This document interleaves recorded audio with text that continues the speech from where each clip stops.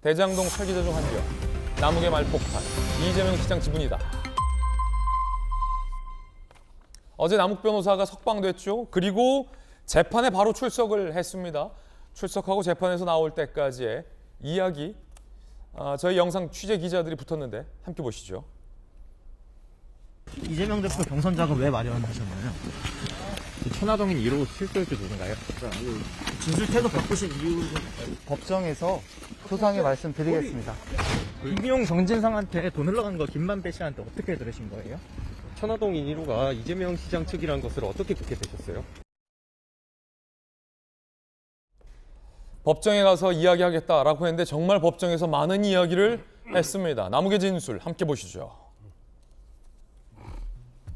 대장동 구분은 이재명 시장실. 2015년 초부터 천화동인 1호 지분, 대장동 사업 수익 중 가장 많은 1208억 배당된 바 있습니다. 이재명 시장실 지분이라는 걸 김만배로 들어서 알고 있었다라고 이야기를 하는 거예요.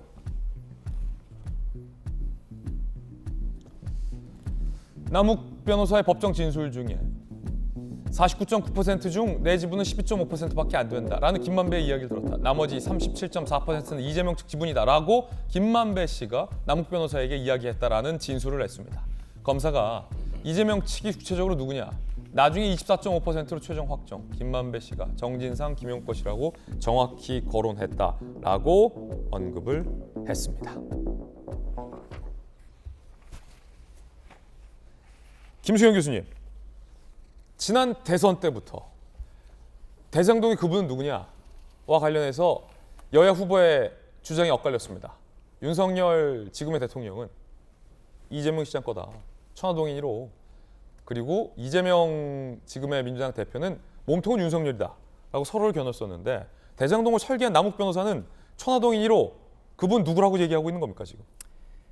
이재명이라고 생각하고 있는 것 같아요. 사실 지난 대선 과정에서 대장동 사건의 몸통이 윤석열이다라는 주장이 제 개인적으로는 가장 황당한 주장 중에 하나였는데, 아무튼 지금 이재명 대표 측에서는 이렇게 남욱 변호사가 거침없이 증언을 쏟아내고 있는 게 굉장히 당황스러울 거예요. 그리고 지금 국민들도 거의 따라가기가 힘들 정도로 너무 많은 사실들을 지금 이야기하고 있어서 진짜 너무 복잡한 돈 흐름들이 마구마구 쏟아져 나오고 있습니다만, 어쨌든 지금 이재명 대표 측 혹은 민주당 측에서는 왜 대선 전에는 남욱이 말을 안 하거나 아니면 이재명 대표에게 자기가 어떤 작업하려고 했는데 CR도 먹히지 않더라 이런 식의 말을 했었는데 왜 이제 와서 말이 바뀌었냐? 그것은 검찰이 정권을 바꾸면서 표적 수사하고 있는 거다라고 주장을 하겠지만, 상식적으로 생각해 볼 때 이재명이라는 인물이 대통령이 될 거라는 가능성이 살아있을 때와 살아있지 않을 때, 이미 대통령이 될 가능성이 없을 때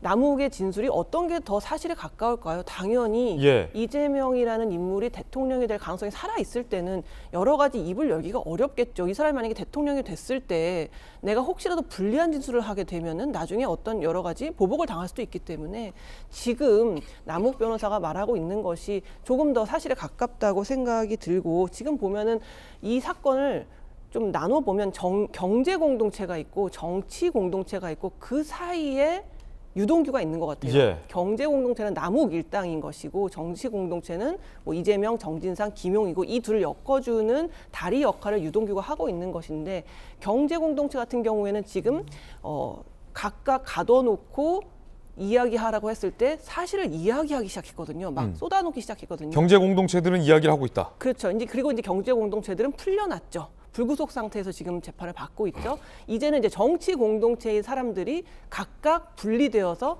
누군가는 감옥에 있죠. 이럴 때 과연 그럼 정치 공동체에 있었던 이 사람들은 각각 어떤 판단을 해서 어떤 이야기를 쏟아낼 것인가, 그게 좀 저는 관심사라고 할 수가 있겠습니다. 남욱 변호사는 이와 관련해서 천화동인 1호의 지분은 이재명 시장실 것이다 라고 생각한다라고 이야기를 한 거예요.